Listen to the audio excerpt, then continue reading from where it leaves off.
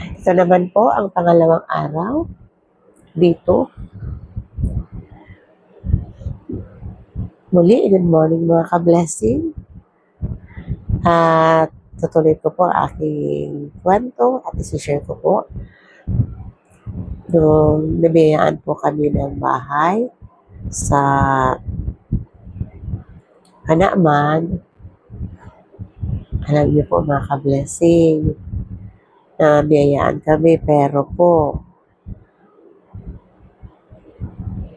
nagkaroon po ng konting problema. Subalit, sabi ko nga sa Panginoon, binigay mo ito Panginoon sa amin, alam ko po aayusin mo ito. Kaya nagpapasalamat ako sa Panginoon, hindi naman binigo ng Diyos na ayusin yun. Kaya po, sa madaling salita, naayos po ang bahay at kami po ay nakalipat doon. Nung nandun po na kami sa bahay na yon, pinalangin ko naman sa Panginoon na sabi ko, Lord, bigyan mo naman po ako ng negosyo na pagkikitaan upang makatulong ako sa aking husband. Mga ka-blessing, ito naman po ay granted. Pinagkalooban kami ng tindahan. Doon po sa People's Mart. Nagpapasalamat ako sa Diyos dahil nagkaroon po kami ng tindahan sa tulong ng ating Panginoon. Kaya, nung nandun na po ako sa tindahan, meron naman po ako na-encounter doon na nag-a-attend sa gawain ni Yahweh El Shaddai. Sabi sa akin, ate, gusto mo bang mag-attend? Sabi ko naman po sa kanya, gusto ko, kaya lang walang mga gabantay sa tindahan. Pero po, nakipag-comment ako sa Panginoon, kaya Yahweh El Shaddai, sabi ko, kung darating ang aking anak, pumunta ako sa gawain ko. So, yun po, wala pang 10 minutes, dumating ang aking anak at nakapunta ako sa gawain. Yan po, sa Basilica pa po doon.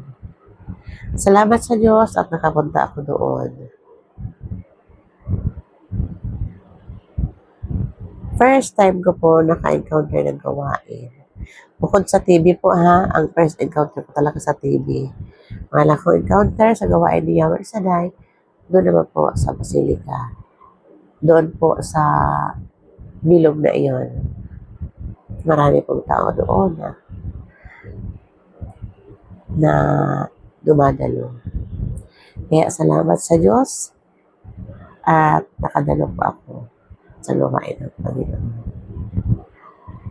At mayroon pa rin po ako ng mga customer na nag-aatin sa gawain ni Yahweh El Shaddai.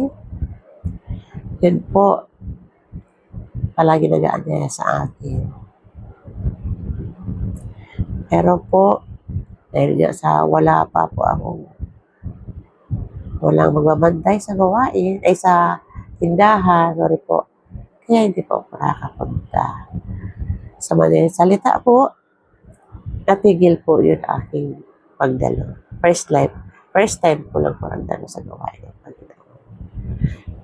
Pero po, hindi pumahayag si Lord na doon na lang po sa tindahan.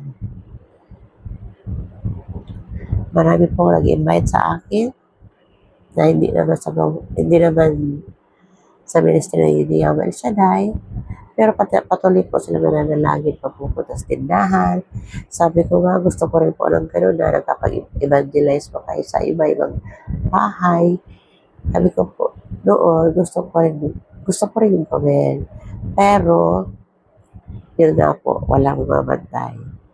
Alam niyo po, mga ka-blessing, hindi naman ako binigo ng Diyos kasi nagkaroon ng, sabi nga, sa mga narinig natin, sa mga preaching ng mga preacher, mga pagtuturo nila na wala pa po akong alam, natutunan ko lang po sa pakikinig ko sa mga lingkod ng Diyos na gahayag ng salita ng Diyos na tayo pala mga ka-blessing, iba-iba ang pamamaraan ng Diyos na tayo ay tinatawag na pala. Kaya salamat po sa Panginoon. Sabi nga, nung nasa tindahan po ako, salamat po dahil sa ganung paraan, kaya 10 years din po ako doon sa tindahan.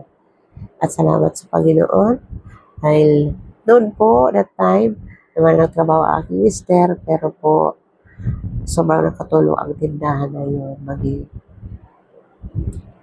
sa pag-aaral ng mga anak namin. Kaya,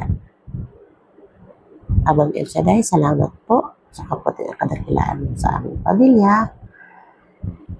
At muli mga ka-blessing, marami pong salamat sa panonood ninyo. Patuloy po kayong manood sa aking channel. Mag-subscribe po kayo at patuloy po tayo mag-uusap sa aking channel. Maraming salamat mga ka-blessing. Muli, pagpalain tayo lahat ng ating Panginoon. Salamat sa Diyos. Good morning mga ka-blessing.